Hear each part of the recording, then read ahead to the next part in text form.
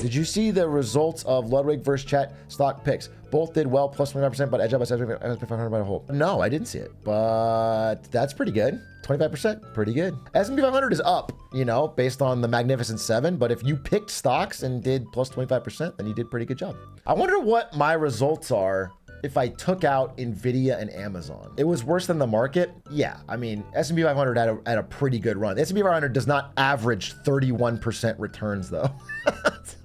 You know, if you stock picked and did 25, that's pretty good. S&P 500 had an above average run, but that shouldn't be your benchmark, is 31%. Nobody's doing 31% a year, nobody. I'm a business major graduate with no clue how to invest in stocks. Business major should teach you how to contribute to a business.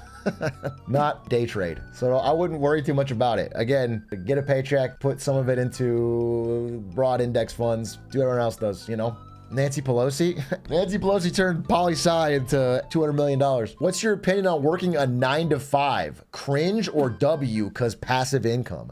I have no idea what this question means. How is a 9-to-5 passive income? It's the opposite. It's like the opposite. There's nothing less passive than a 9-to-5. What's your opinion on working a 9-to-5? Cringe or W because passive income? All right, when people say passive income, they mean money that like is earned while you sleep. So for example, if you own real estate or something and you're not doing any work on it, but it grows in value, that's passive income because when you later sell it, you made money without doing anything. Passive income doesn't mean like an easy job. That's still active income, even if it's easy. Hey, you get a steady 9-to-5 with a boss you like, coworkers you don't hate, and a paycheck you feel good about, you're in the fucking top percent, bro. You're crushing. A lot of people, I think, have abandoned, well, I won't say a lot of people, but there are people who have abandoned good jobs to chase like Airbnb hustling and like getting a lot of debt and trying to form this passive income that ends up being very active, very hard work, very risky, debt prone. And I think that is a huge mistake. I would never recommend that. I work for my dad as my accountant secretary. I don't do work for shit, do it all in 1 hour. Then I watch Twitch and do unit work. I mean, that is true passive income.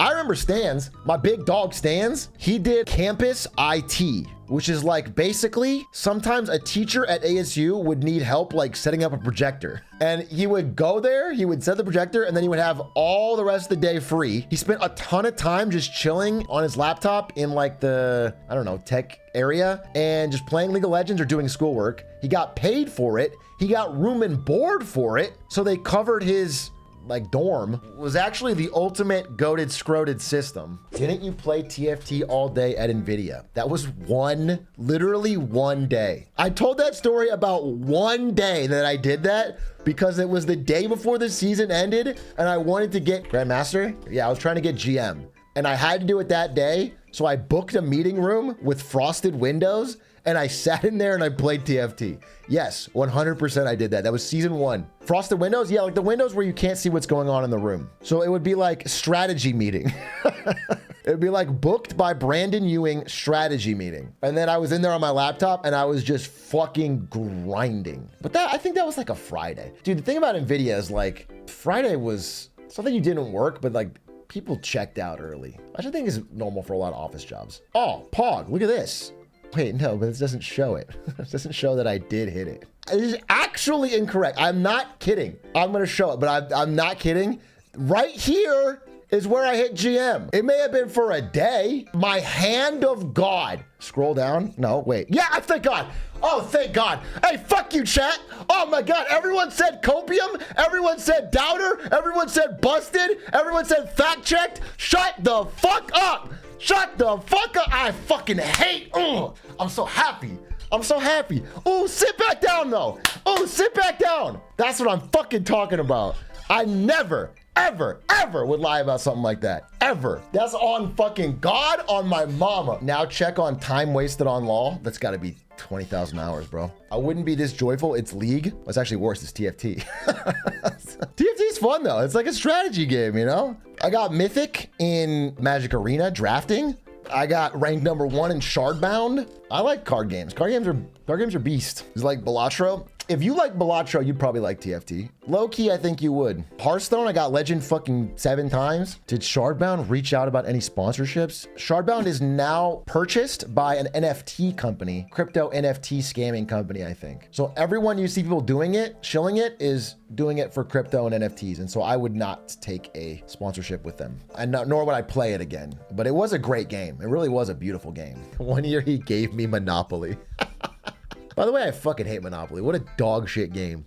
Monopoly would be better if you're poor and you land on someone's hotel, you have to work there. Like you have to like clean their room or something and then make a minimum wage and they pay you out of the game bucks. Monopoly is fun if no one can throw a fit and end the game. I've never seen a message more dedicated to attacking the symptom and not the problem. If somebody is throwing a fit and end the game, they've already gotten to the point where they're not having fun. The fact that you can ban their ability to flip the game over doesn't mean they're suddenly having fun. It means they're having to bottle it up. You are attacking the symptom. Monopoly is not for the weak-willed. No, it is for the weak-minded, bro. It's such a simple, basic RNG game. We've been through like a decade plus of the board game renaissance. Nobody should be playing Parker Brothers anything. If you're still playing Parker Brothers games, I don't know what to tell you. There's no reason.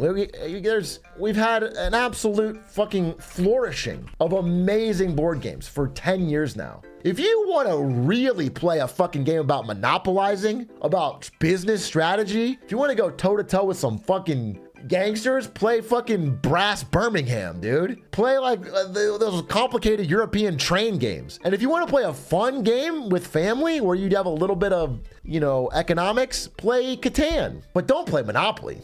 Scythe, that's a great game. Terraforming Mars. That's a fucking game. You'll think economically after that. Bro, me, Jaywitz, and Stans used to play Terraforming Mars money matches and just get heated.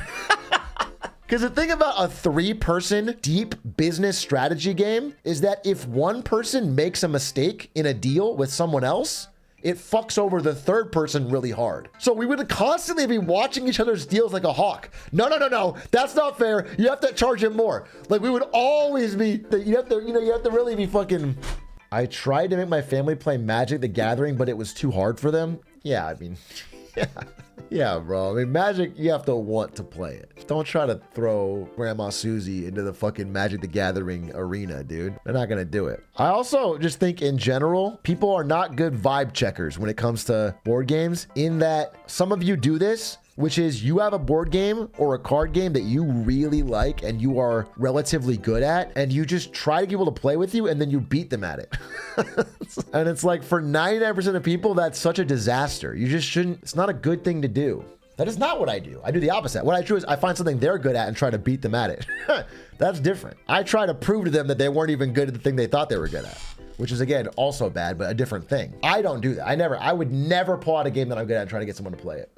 So you can only sandbag when you show something? Sag. Yeah, not even sandbag. You should almost not even play. You should try to get 2 beginners to play, teach them the rules, help them out. If you are trying to introduce a game to friends, you need to understand that no part of this should ever be good for your ego. If any of it looks like you are trying to prove that you're good at it or smart at it or anything, then you made a mistake. You need to realize that you're doing it for you and not for them. So you got to be careful. And if you think that through, then you'll end up having a lot more people that like your games. Wingspan's a great game. I love Wingspan because I like board games and Ari likes birds. And so it's like one of the best games for us.